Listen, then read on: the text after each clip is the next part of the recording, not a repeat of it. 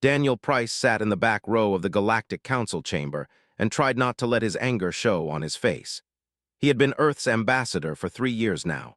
3 long years of being ignored, dismissed, and treated like a child who didn't understand how the galaxy worked. The chamber was massive. It stretched up toward a domed ceiling that showed the stars beyond. Hundreds of seats filled the space, each one holding a delegate from a different species. Some looked like insects. Others resembled plants or creatures from Earth's deepest oceans. A few were just clouds of gas held together by force fields. They all had one thing in common. They all thought humanity was beneath them. Daniel glanced at the woman sitting next to him. Lisa Park wore her military uniform with quiet pride. She served as the liaison between Earth's defense forces and the diplomatic corps. Her dark eyes watched the council floor with barely contained fury. On Daniel's other side sat the captain of the small escort ship that had brought them here. Was younger than both of them, but he had seen enough in his patrols along human space to understand what was really happening out here. The current speaker was a named Al. His species looked like walking crystals, their bodies reflecting light in rainbow patterns. Al was presenting a proposal to expand mining operations into what humans called the protected zones. These regions, Al said, his voice translated into hundreds of languages simultaneously, represent valuable resources that are being wasted. The human claim to these systems is based on outdated principles of territorial expansion. Daniel had heard this argument before. The protected zones were star systems that Earth had marked for future colonization. They were empty now, but human survey teams had already begun preparing them. Under galactic law, they should have been protected. But galactic law only seemed to apply when it benefited the older species. Daniel raised his hand to speak. The gesture activated a light above his seat. He waited and waited. The council speaker, a being called who looked like a floating jellyfish, ignored the light for several minutes before finally acknowledging him. The human delegation wishes to speak, announced with what Daniel had learned to recognize as amusement. Daniel stood. The protected zones were registered with this council 5 years ago. Earth followed every procedure. We paid the required fees. We met all the conditions. Those systems are legally ours. Al made a sound like breaking glass. Laughter. The human speaks of procedures as if they matter. The consortium has operated in this galaxy for 10,000 years. We understand resource management in ways your species cannot imagine. Then perhaps you should understand basic law, Lisa Park said quietly, though her voice carried in the chamber. Several delegates made sounds of surprise. Apparently, the human military liaison wasn't supposed to speak. His tentacles rippled. The human delegation will maintain proper order. Ambassador Price, you may present your objection for the record, then we will vote. Daniel knew how the vote would go. He had seen it happen dozens of times. The older species would support each other. The younger species would abstain, afraid to anger anyone powerful. Humanity would be alone. He presented his objection anyway. He cited the specific laws, the treaties, the precedents. He spoke for 10 minutes, laying out a case that should have been ironclad. When he finished, called for the vote. 847 delegates voted in favor of the proposal. 1 voted against. The rest abstained. Daniel sat down slowly. Lisa Park's hand was clenched into a fist on her armrest, stared straight ahead, his jaw tight. The motion passes, announced. The consortium may proceed with resource extraction in the disputed territories. They're not disputed, Daniel said quietly. They're ours. No one seemed to hear him. The council moved on to the next item. Daniel barely listened. He was reading a message that had just come through on his secure pad. It was from Earth, marked urgent. A human colony ship called the New Horizon had been seized by the Empire 3 days ago. They claimed the ship had violated customs regulations by carrying unauthorized technology. They were holding 3,000 colonists and demanding a fine that Earth couldn't possibly pay. Daniel felt something cold settle in his chest. He looked up at the council floor and found the delegate. The being looked vaguely reptilian, with scales that shifted from green to black. His name was Orr, and he commanded one of the largest military forces in the galaxy. Daniel activated his light again. This time he didn't wait for permission. "The Empire has seized a human colony ship," he said, his voice cutting through the chamber. I demand its immediate release. Or turned to look at him. His eyes were yellow and cold. The vessel violated clearly posted regulations. The fine will be paid or the ship will be scrapped for parts. You can't do that. Those are civilians, families. Then your government should teach its citizens to follow the law. Or made a hissing sound that his species used for laughter. Several other delegates joined in. Daniel stood there in the back row, listening to them laugh at him. Laugh at Earth. Laugh at 3,000 people whose only crime was trying to build a new home. He thought about the last 3 years, every proposal blocked, every treaty negotiation that ended with humans getting nothing, every time he had swallowed his pride and tried to work within the system. The system didn't work, not for humanity. Daniel looked at Lisa Park. She met his eyes and gave a small nod. She understood. He looked at, the captain's expression was grim but determined. Daniel reached down and picked up his data pad. He disconnected it from the Council network. Then he stood. Earth is withdrawing from the Galactic Council, he said. The laughter stopped. Tentacles went rigid. What did you say? I said Earth is withdrawing from the Council, from all galactic institutions, effective immediately. Al's crystalline body flashed with bright colors. You cannot simply leave. There are procedures. Like the procedures that were supposed to protect our territory, like the procedures that were supposed to ensure fair treatment. Daniel gathered his things. We followed your procedures. We played by your rules. It didn't matter. Or stood up on the council floor. The Empire does not take kindly to threats. That wasn't a threat, Daniel said. He moved toward the exit with Lisa and following. A threat would be telling you what happens next. The human is bluffing, someone called out. More laughter followed. Daniel paused at the door. He turned back to look at the chamber one last time. Hundreds of species, all so certain of their superiority, all so comfortable in their power. You're going to wish I was bluffing, he said quietly. Then he walked out. Behind him, the laughter continued. The council moved on to its next piece of business. They had already forgotten about humanity. That was their first mistake. On Earth, President Helen Carter received Daniel's message. She sat in the Oval Office and looked at the faces of her military commanders on the screen in front of her. Begin operation, she said. It's time to show them who we really are. The commanders nodded. Orders went out across every human world. Ships were recalled. Embassies closed. Trade agreements canceled. And in secret shipyards hidden in asteroid fields and gas giants, construction accelerated.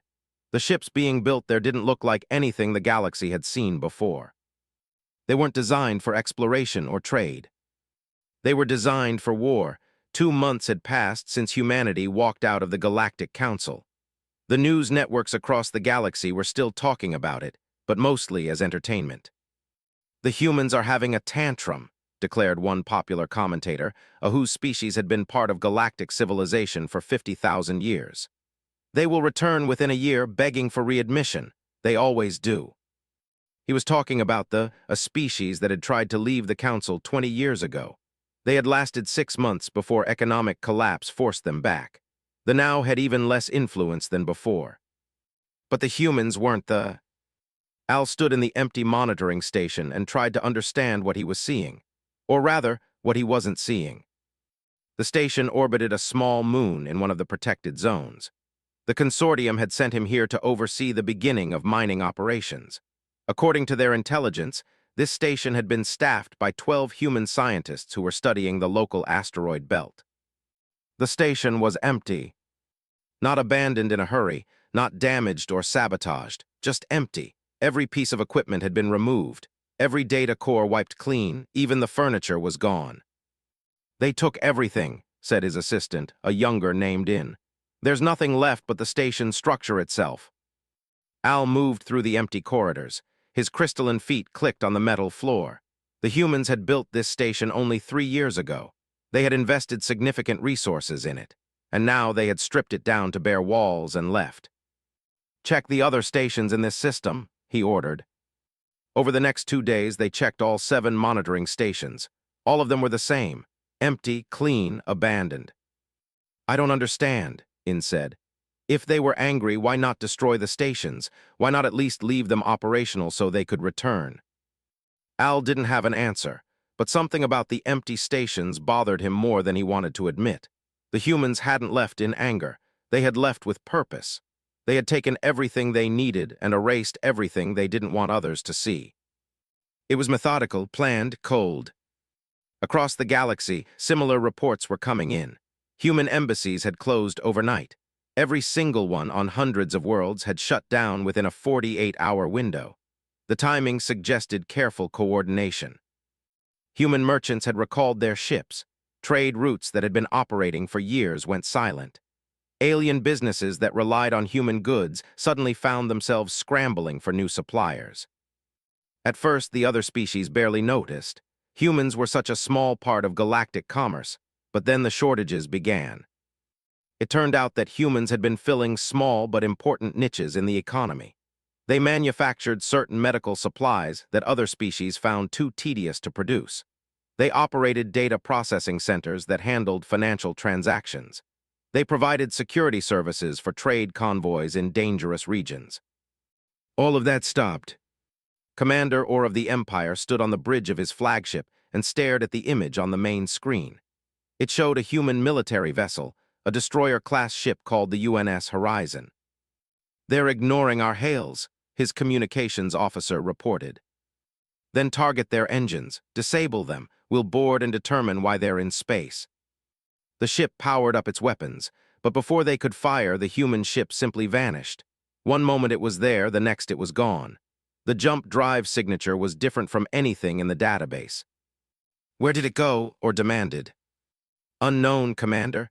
The jump didn't follow standard protocols. They could be anywhere within 100 light years." Orr felt his scales prickle with unease. The humans were supposed to be barely capable of faster-than-light travel. Their ships were supposed to be slow and inefficient. But that jump had been instantaneous and left almost no trace. What else had intelligence been wrong about? Similar encounters were happening all along the borders of human space. Alien ships that approached were met by automated defense platforms. The platforms didn't shoot. They simply broadcast a message in every known language. "Turn back, you are not welcome here." Those who ignored the warnings were not fired upon. Instead, they found their ship systems being jammed by technology that shouldn't exist. Navigation computers crashed. Communication arrays went offline. Weapon systems failed to respond. The ships could still fly, but they were blind and helpless until they crossed back over the border. Then their systems mysteriously restored themselves. It was a message, a clear one: stay out. On Unity Station, the home of the Galactic Council, delegates were beginning to worry. Not publicly, not yet, but in private meetings and quiet conversations, questions were being asked. "Has anyone been able to contact Earth?" asked the delegate, a being that resembled a floating cluster of lights. "No," replied the representative, a spider-like creature with 12 legs. "All communication channels are dead. They're not even refusing messages. The messages just disappear into nowhere." "What about their colonies?" "Same thing. Every human world has gone dark. They're still there. We can see the cities from orbit, but they won't talk to anyone." Listened to these conversations and felt something he hadn't experienced in his 300 years of life: doubt. The humans were too quiet, too organized, too calm. Species didn't just leave galactic civilization. The infrastructure was too interconnected. The economy was too integrated. Any species that tried to isolate itself would collapse within months. But it had been 2 months, and humanity showed no signs of collapse. If anything, they seemed to be thriving. Long-range sensors detected increased industrial activity on human worlds. Power output was rising. Resource extraction was accelerating. They were building something. Lisa Park stood in the command center deep beneath Earth's surface and watched the displays showing the progress of operation. She had been promoted to colonel in the 2 months since the walkout. She now coordinated military operations across all of human space. "Shipyard 7 reports the first squadron is complete," reported one of her officers. 50 ships, all new design, ready for deployment." "What about Shipyard 3?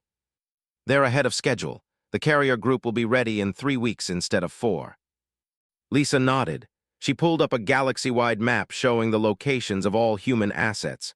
What had once been spread out across hundreds of systems was now consolidated, concentrated, protected. Any breaches of the border? She asked.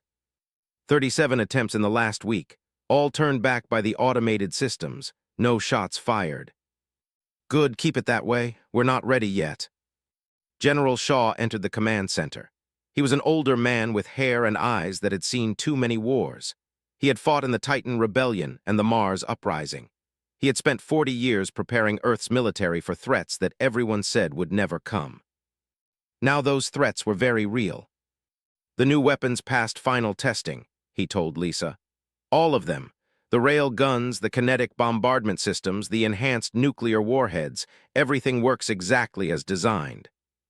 And the other project? His expression grew grim. The stealth systems exceeded expectations. We can hide entire fleets. They won't see us coming until it's too late.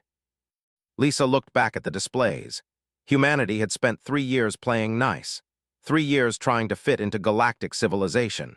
3 years being treated like children who didn't understand the real world. The galaxy was about to learn a hard lesson.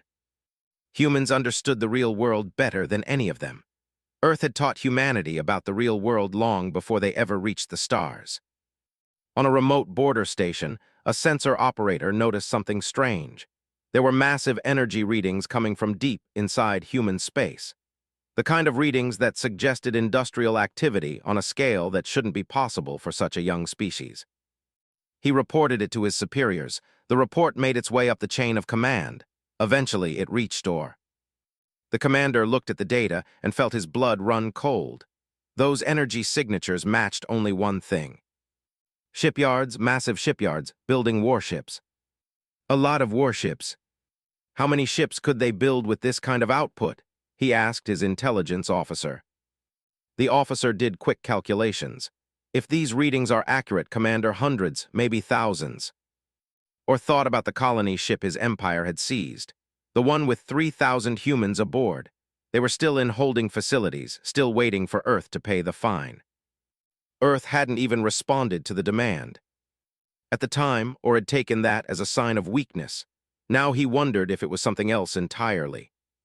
Was Earth ignoring them because it was preparing to respond in a different way? He pushed the thought aside. The Empire had ruled this sector for 5,000 years. They had crushed dozens of upstart species. The humans would be no different. But still, he ordered increased patrols along the human border. Just in case, 4 months after humanity's withdrawal from the Galactic Council, Admiral Orr made a decision that would change everything. The Empire had built its power on a simple principle. When younger species stepped out of line, you crushed them quickly and publicly. It sent a message to everyone else. Humanity had stepped out of line. It was time to remind them of their place. Or stood on the bridge of the Imperial Dreadnought Sovereign and looked at the fleet assembled around him. 200 warships, cruisers, destroyers, and carriers. It was enough firepower to conquer a dozen star systems. All ships report ready, his first officer announced. Then we proceed, Orr said. Jump to the first human colony world. We will seize their assets until Earth pays what it owes plus damages for this insult to the Empire. The fleet jumped. Space twisted and bent as 200 ships crossed 30 light-years in an instant. They emerged at the edge of a system that humans called New Haven. Intelligence said it held a population of 2 million humans and served as a major agricultural center. Scan the system, Orr ordered. His sensor officer worked the controls. Then he stopped and looked confused. Sir, I'm not detecting any defensive ships. The system appears undefended. Orr felt a surge of satisfaction. The humans had abandoned their colonies. They were cowards after all. Any planetary defenses? Scanning now. I'm detecting some orbital platforms, but they're not active. No weapons charged, no targeting systems online. Then this will be easier than expected. Set course for the primary colony. We'll land troops and secure the administrative centers. The fleet moved deeper into the system. They passed the outer planets without incident. The colony world grew larger on the screens. Then everything changed. Sir, I'm detecting energy spikes, multiple sources all around us. Define multiple, Orr said sharply.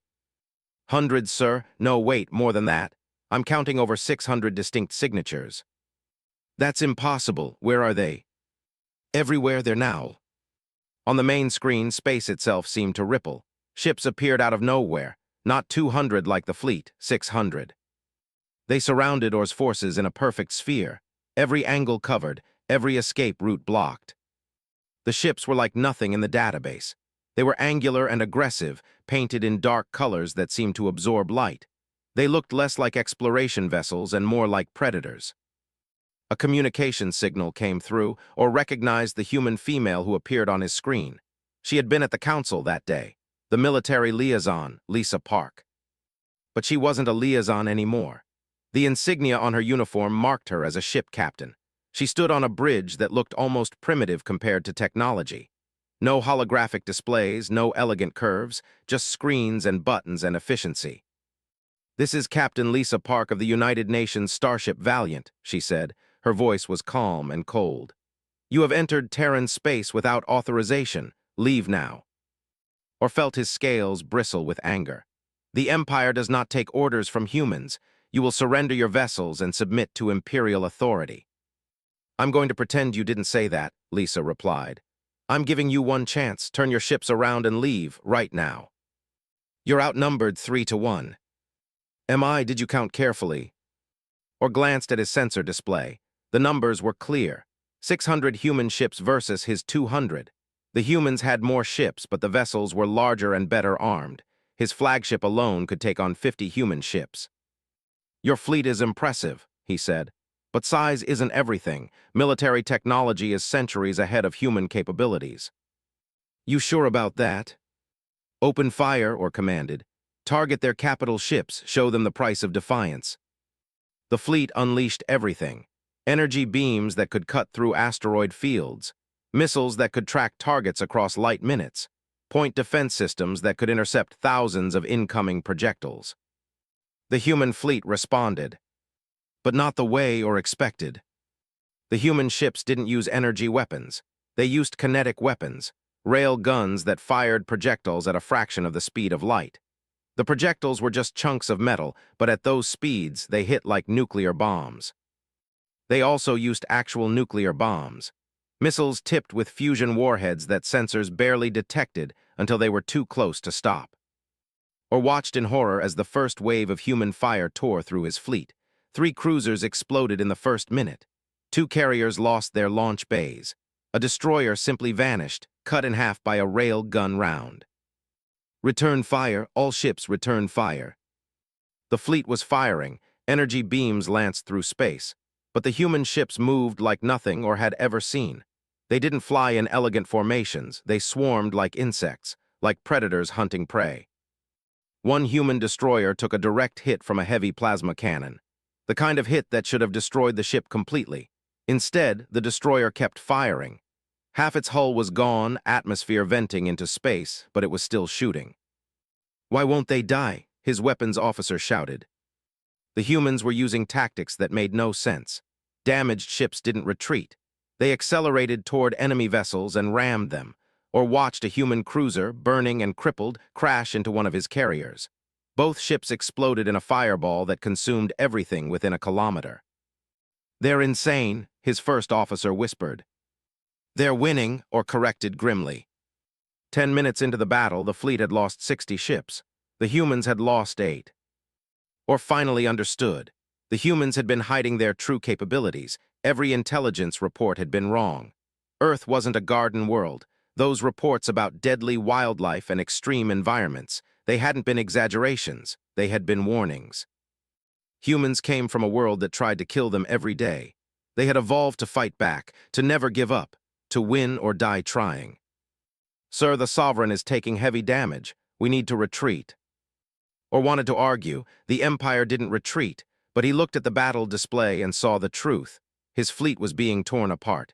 In another 10 minutes, there would be nothing left. "All ships emergency jump. Scatter pattern, return to Imperial space." The surviving vessels began jumping out. The human fleet didn't pursue. They just watched as they fled. Lisa Park's face appeared on Or's screen again. His ship was one of the last to leave. She had made sure he could hear her final message. "Tell your Empire what you saw here," she said. "Tell them what happens when they threaten us. Tell them we gave you a chance to leave peacefully and you refused. Tell them we won't be so generous next time. The Sovereign jumped, space twisted. When it emerged at the rally point or counted the survivors, out of 200 ships, only 78 had made it out. He had led the finest fleet in the military into human space. They had destroyed him in 11 minutes. Captain stood in the fighter bay of the UNS Retribution and watched his pilots celebrate. They had just won humanity's first major space battle. Not one human ship had been lost completely, though many were damaged. "We did it," his wing commander said. "We actually did it." "We did," agreed, but he felt no joy, only grim satisfaction. Now comes the hard part. What's harder than fighting off the Empire? Convincing the rest of the galaxy to leave us alone. On Unity Station, the Galactic Council received the transmission from the surviving ship. The recording showed the battle, showed the human fleet appearing out of nowhere, showed ships being torn apart by weapons that shouldn't work against modern shields. The chamber was silent as the recording played. When it ended, spoke into the quiet. "What have we done?" No one answered, they all knew. They had pushed humanity too far. They had treated Earth like it didn't matter, like humans were children who could be ignored and dismissed. Humans weren't children, they were predators who had been playing nice, and now they were done playing. Al stood in his quarters on Unity Station and watched the recording for the 5th time. His crystalline hands trembled. The consortium had mining ships heading for the protected zones right now, ships that were unarmed and undefended. He sent an urgent message. "Recall all vessels, abandon the mining operations, do it now." But he feared he was already too late. On Earth, President Helen Carter sat in her office and read the after-action reports. The battle had gone exactly as planned. Better even, human losses were minimal. Losses were catastrophic. She knew what would come next. The galaxy would have to respond. They couldn't let this stand. Humanity had just destroyed a fleet from one of the most powerful empires in known space. War was coming, real war, the kind that could end civilizations. But Earth was ready. For the first time since joining the galaxy, humanity wasn't pretending to be weak, wasn't holding back, wasn't hoping that being nice would be enough. They had tried peace, the galaxy had rejected it. Now they would see what humans were truly capable of. The Galactic Council held an emergency session within hours of the battle. Every delegate was required to attend.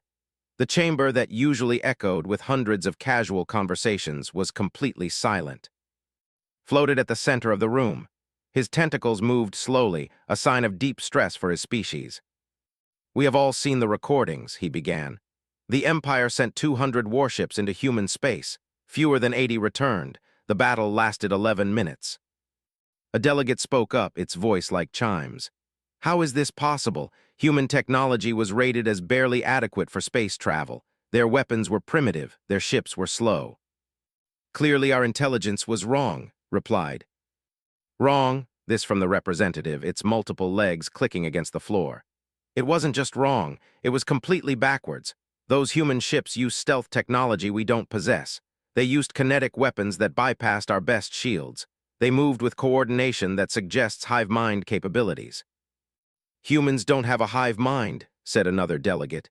"That much we know for certain."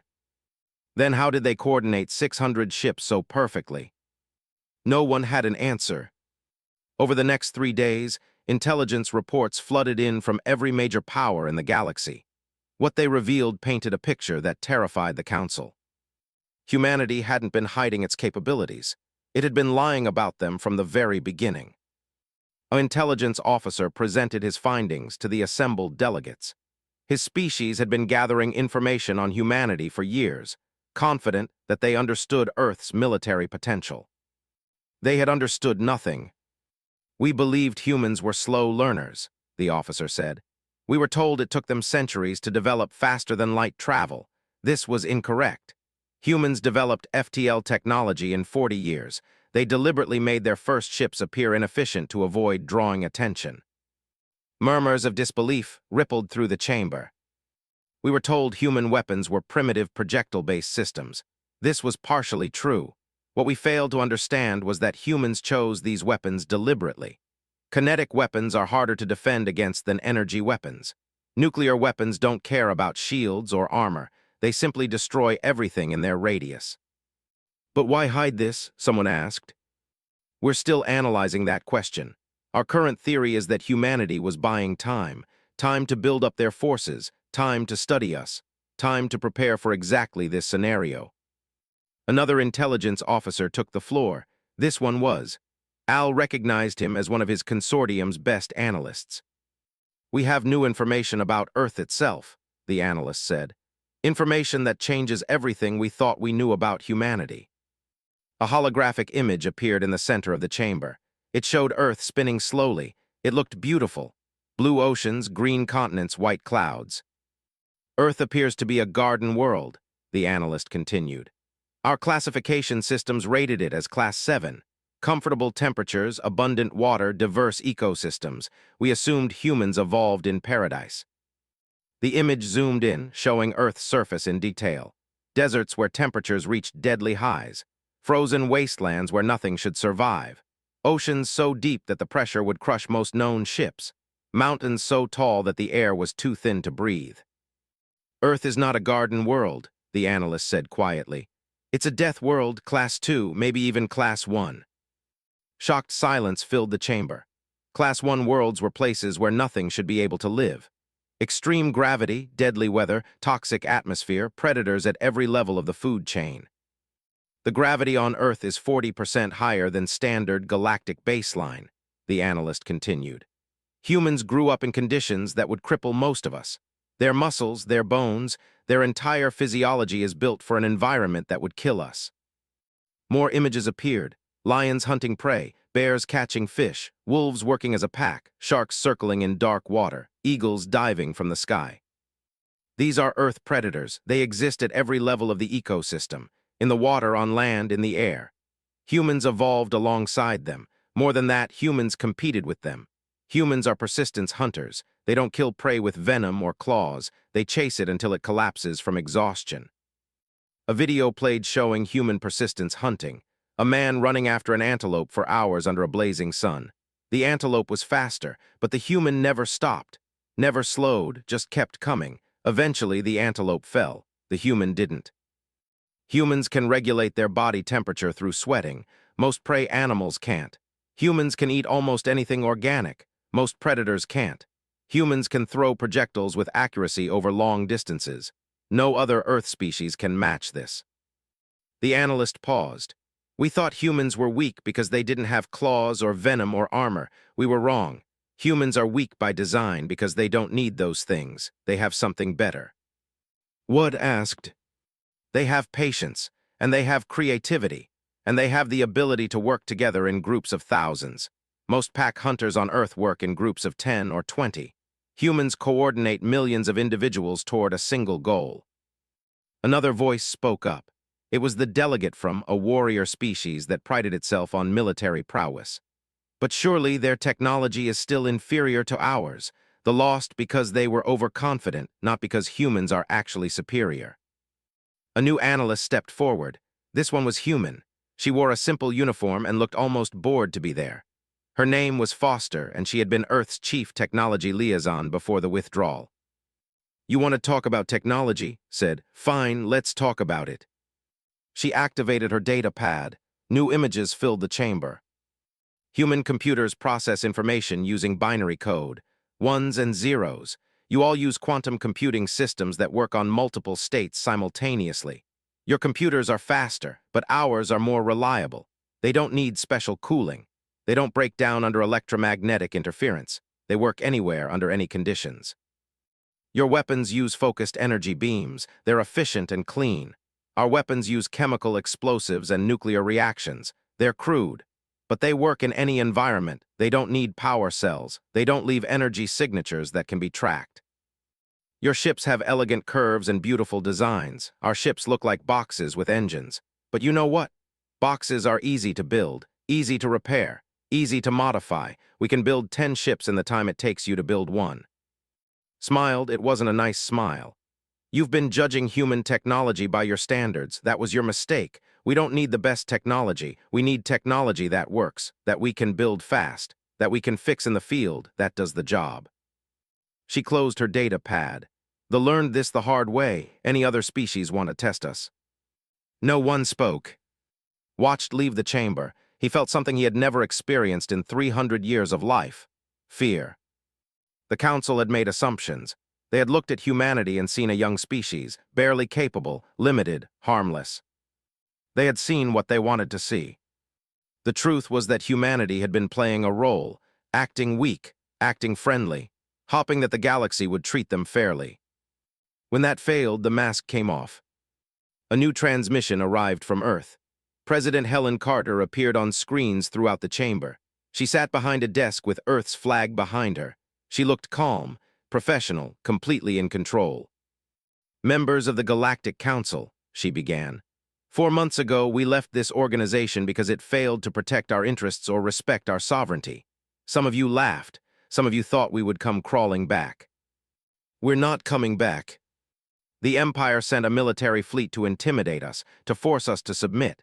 That fleet no longer exists. We destroyed it. This was not a warning. This was a demonstration." Helen leaned forward slightly.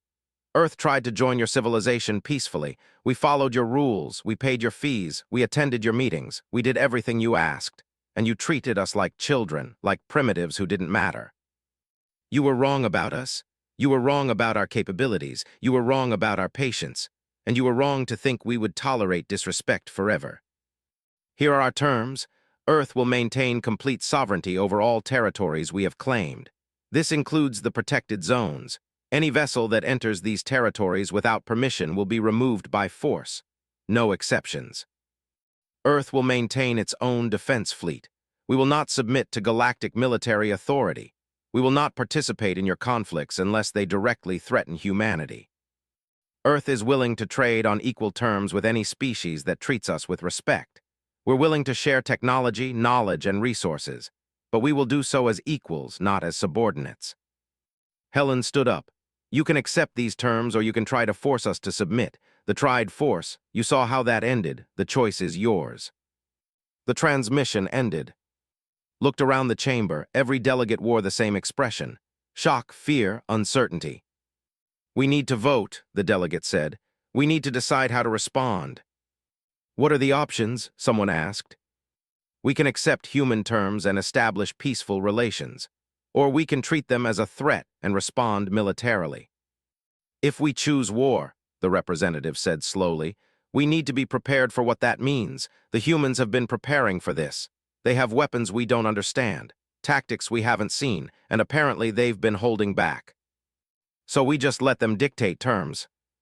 We let them exist on their own terms," said quietly, "because the alternative is a war we might not win." The vote took 3 days. In the end, the Council agreed to recognize human sovereignty and establish new diplomatic relations. Not because they wanted to, because they had no choice. On Earth, General Shaw stood in the command center and watched the vote results come through. Humanity had won, not through diplomacy or compromise, through strength. "It worked," Lisa Park said. She had been promoted again, now serving as Admiral of the Home Fleet. "For now," replied, "but this isn't over. Some species will accept this, others won't. The Empire especially, they can't let this stand." "Then we'll be ready for them." Nodded, "Yes, we will." He looked at the star map showing human space. What had once been scattered and vulnerable was now consolidated and defended.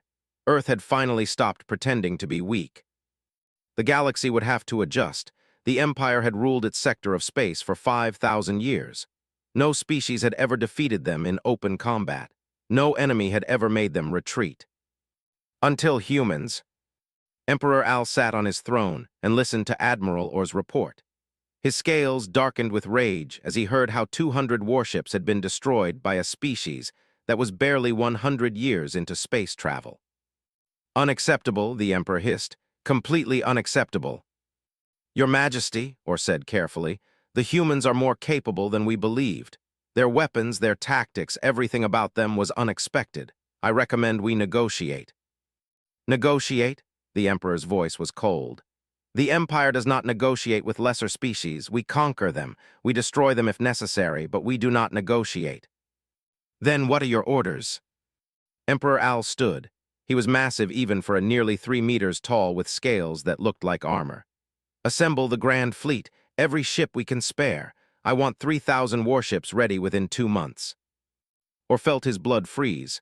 "Your Majesty, that's half our entire military." "Then it will be enough. We will jump directly into human space. We will destroy their fleets. We will occupy their worlds, and we will show the galaxy what happens to species that defy us." 2 months later, the Grand Fleet assembled at the edge of Terran space. 3,000 warships representing the military might of an empire that had conquered hundreds of worlds, or commanded the fleet from the bridge of the Imperial Dreadnought Dominion. It was the largest warship in the military, 5 kilometers long and armed with enough firepower to crack a planet's crust. "All ships report ready," his first officer announced. "Then we begin," Or said. He didn't feel confident, he felt sick, but orders were orders. The fleet jumped. They emerged in the heart of human space, at a system humans called Terra Nova. It held 5 colonized worlds and served as a major military hub. Human ships were waiting, but not 600 this time.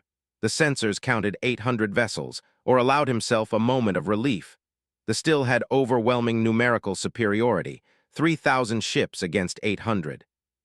"All ships battle formation, prepare to engage." The human fleet moved into position. At their center was a massive carrier that had to be 3 kilometers long. It launched fighters, hundreds of them, small craft that swarmed out like angry insects. Admiral Lisa Park stood on the bridge of the UNS Retribution, the newly commissioned flagship of humanity's military. Around her, officers worked their stations with quiet efficiency. No panic, no fear, just focus. "Fleet is moving into attack formation," her tactical officer reported. "Count is 3,000 ships, mostly cruiser and destroyer class, 50 dreadnoughts." "Deploy the fleet according to Plan Omega," Lisa ordered. "All ships, this is it. Everything we've prepared for comes down to this moment." Acknowledgements came in from across the fleet. Lisa activated shipwide communications. "This is Admiral Park. They brought 3,000 ships because they think overwhelming force will break us. They think we'll run. They think we'll surrender. They're wrong."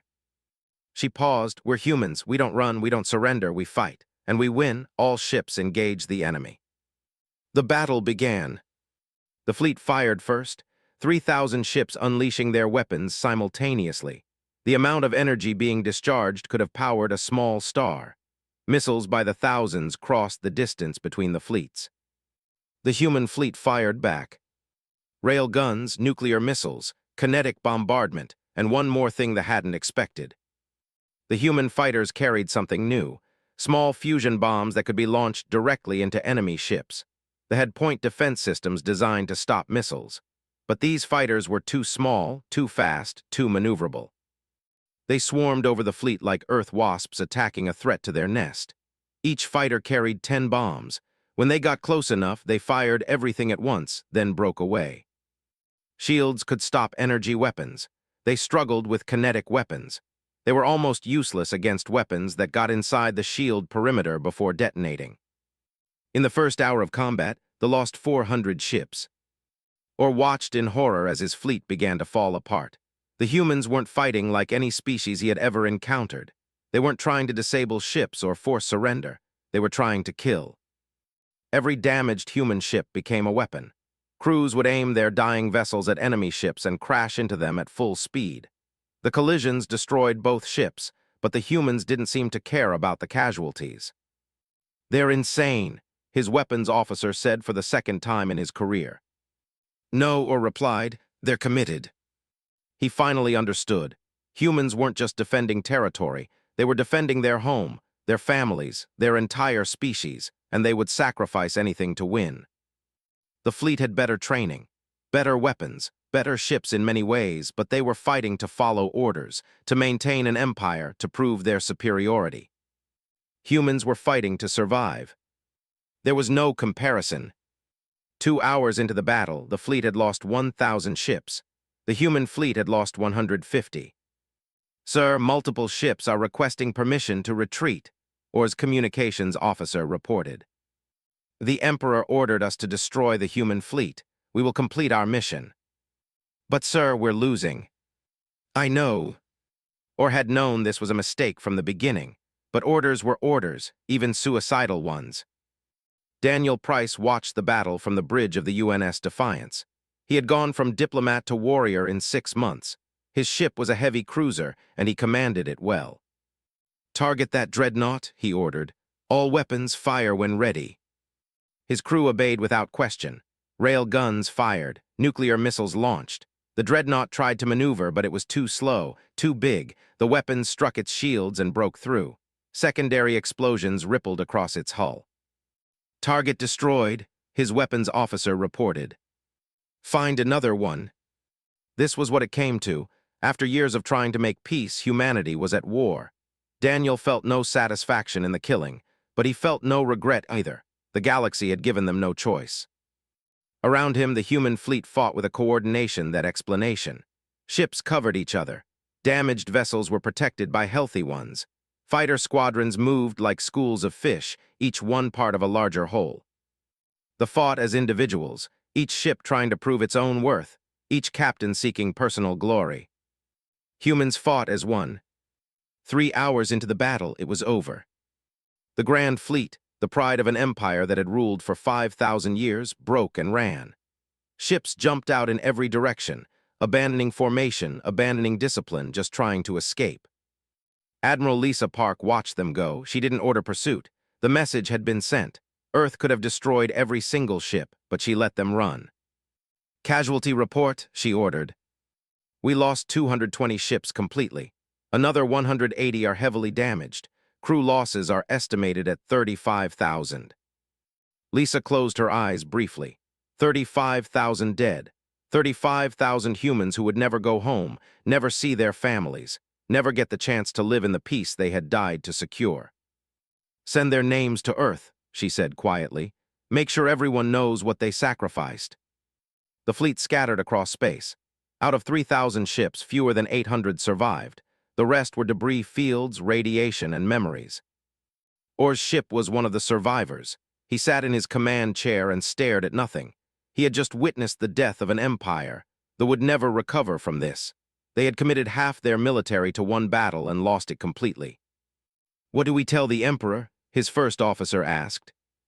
"The truth," Orr said. "That we were wrong about humanity, wrong about everything." On Unity Station, the Galactic Council received reports of the battle. The recordings showed the Grand Fleet being torn apart by a force less than 1/3 its size. Watch the recordings in silence.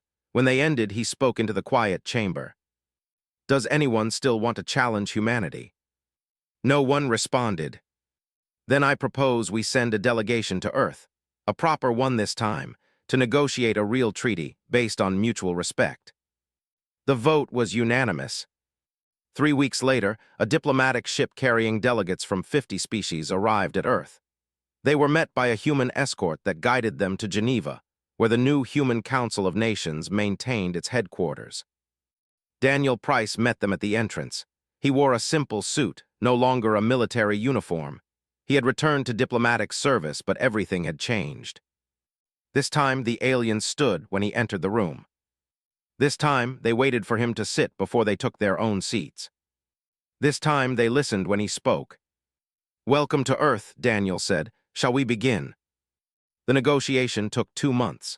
The resulting treaty established humanity as a fully independent power within galactic civilization. Terran space was recognized as sovereign territory. Human military forces were acknowledged as legitimate. Trade agreements were signed based on equal partnership, not exploitation. It wasn't perfect. There were still species that resented humanity, still empires that plotted revenge, but the balance of power had shifted. Earth was no longer the new species that could be pushed around. 1 year after humanity left the Galactic Council, Daniel Price returned to Unity Station. But this time, he didn't sit in the back row. He sat at the head table, representing Earth as a full member of the Security Council. He looked around the chamber at the hundreds of alien species. Some avoided his gaze. Others watched him with a mixture of fear and respect. Floated beside him, "I have a question, Ambassador Price. Why did you wait so long? You could have revealed your true capabilities years ago." "We wanted peace," Daniel replied simply. "We hoped we could join galactic civilization without violence. We tried everything else first. And now we have peace, but it's a different kind of peace, based on strength, not on hope." His tentacles moved slowly. I regret that it came to this. Many good beings died in that war. Yes, Daniel agreed. They did, on both sides. That's why we need to make sure it never happens again. He stood and addressed the chamber. The Terran Federation is proposing a new charter for the Galactic Council, one that protects the sovereignty of all species, one that ensures younger species have equal voices with older ones, one that values cooperation over domination. Earth learned a hard lesson. We hope the galaxy learned it too. Peace through respect is better than peace through fear. But if respect doesn't work, we're prepared to use fear. He looked around the chamber. The choice is yours, work with us or against us, but understand this. Humanity is here to stay. We're not leaving, we're not backing down, and we're not going to be pushed around anymore. The chamber was silent. Then one by one, delegates began to indicate their support. Not all of them, but enough. It was a beginning. On Earth, President Helen Carter watched the broadcast from Unity Station. She sat in her office with General Shaw and Admiral Lisa Park. "We did it," Lisa said quietly. "We survived," Helen corrected. "Now comes the harder part, building something lasting." "Do you think they'll keep the peace?" asked. "Some will, others won't. But now they know the price of war with humanity. That should keep most of them honest." She looked at the star map on her wall. Human space was marked in blue. It was small compared to the older empires, but it was secure, defended, free. "We tried it their way," Helen said. "We tried being nice, being cooperative, playing by their rules. It didn't work. So we showed them our way," said. "Yes, and now they understand. Humans don't have to be the strongest. We don't have to be the fastest. We don't have to be the—" Helen smiled slightly. "We just have to be human, patient when possible, fierce when necessary, united when threatened. That's enough." Outside her window, Earth turned slowly in the light of its sun. A death world that had forged a species capable of surviving anywhere, of fighting anyone, of building something worth protecting. The galaxy had learned to respect humanity. The hard way,